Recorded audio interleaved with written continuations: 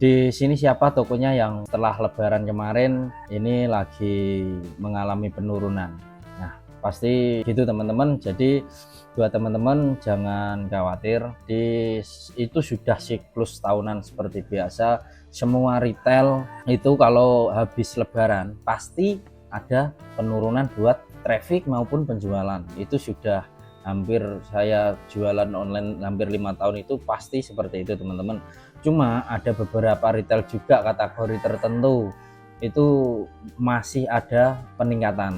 Contoh kayak mainan anak, contoh lagi kayak spare part motor-motor yang custom kayak gitu.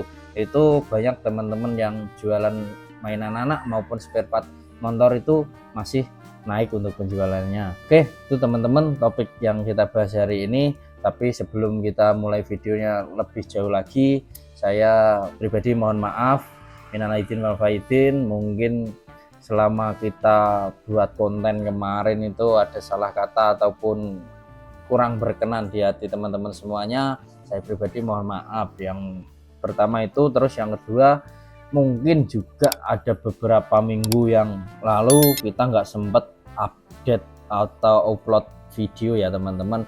Soalnya terus terang aja kita sendiri juga lagi kalau bahasa Jawanya kepuntal teman-teman, kepuntal, lagi kebanyakan orderan mungkin kayak gitu kalau bahasa Indonesianya teman-teman. Jadi mungkin videonya baru bisa aktif kembali nanti kita, mungkin yang ternak toko Senin sudah mulai bisa lagi kembali seperti biasa, kita update lagi untuk setiap minggunya teman-teman. Oke, untuk video kali ini kita coba akan membahas after lebaran apa aja yang perlu kita siapkan dan trik and tipnya bagaimana untuk menghadapi situasi setelah lebaran. Kita akan bahas di video kali ini. Ikuti terus Mas Gus supaya nggak ketinggalan informasi berikutnya. Itu ya teman-teman. Setelah lebaran biasanya apa aja sih Mas yang perlu kita persiapkan untuk toko kita? Pasti teman-teman nomor satu adalah stok. Jadi setelah lebaran itu banyak sekali stok-stok kita yang habis teman-teman. Stok-stok yang habis itu teman-teman bisa cek dulu di gudang atau di tokonya, stoknya sudah ada apa belum. Kalau sudah ada stoknya langsung aja diaktifin lagi untuk produk-produknya. Terus setelah stok, apalagi Mas, yang setelah stok itu biasanya kita lupa itu diskon toko.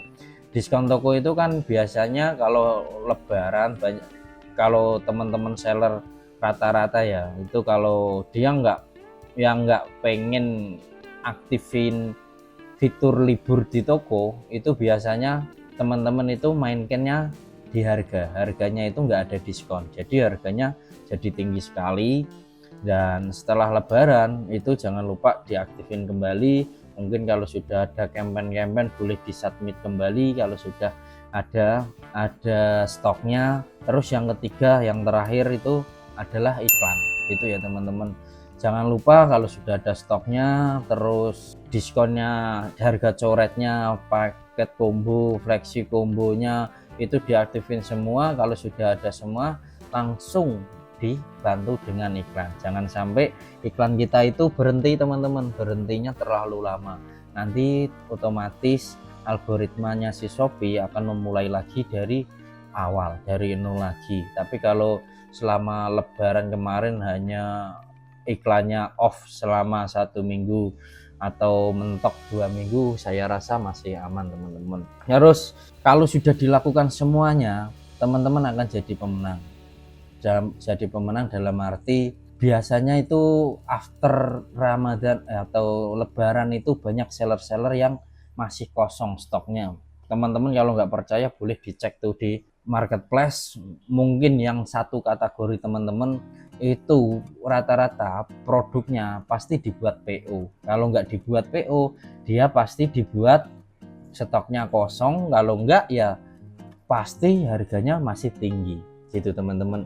Jadi manfaatkan ini teman-teman, ketika seller-seller besar yang lain lagi masa produksi lagi buat mengadakan barang atau stoknya, kita masih punya stok, kita akan jadi pemenang untuk bulan ini.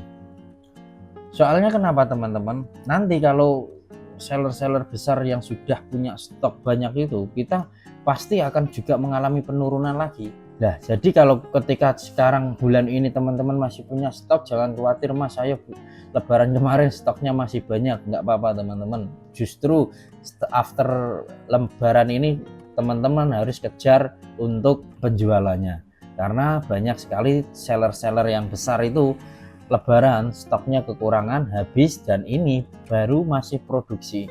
Dan kalau baru mulai produksi pasti butuhkan waktu yang sangat panjang, minimal 2 minggu baru dia stok. Dan itu kesempatan kita, kalau kita masih punya stok, kita langsung gas semuanya. Dari semua apa itu tadi, stok diamankan, diskonnya diaktifkan, paket combo, flexi combo, paket di combo hemat, terus dibantu dengan iklan, pasti teman-teman juga dapat bisa habis lah stok yang kalau lebaran kemarin nggak habis. Oke, itu aja teman-teman, trik after Ramadan, after BRS, after setelah lebaran, trik-triknya itu sudah saya sebutkan tadi.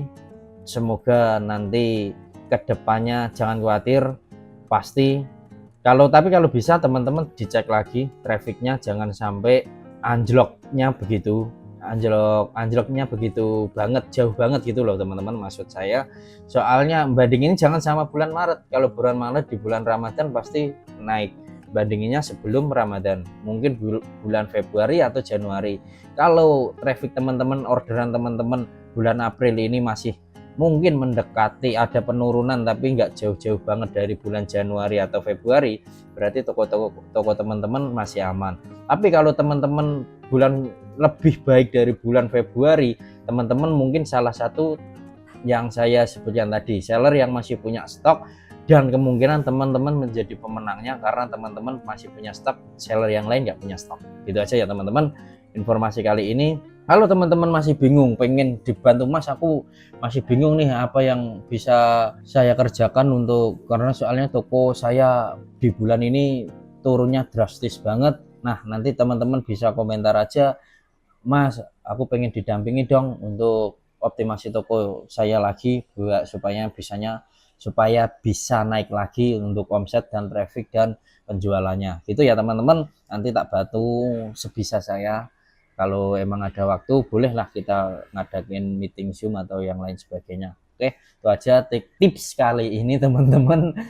Jangan lupa di follow dan diikuti, di subscribe ya teman-teman, karena sekarang itu pemenangnya itu bukan orang yang punya modal banyak atau seller yang sudah besar, tapi seller-seller yang cepat adaptasi. Jangan sampai ketinggalan informasi dari marketplace.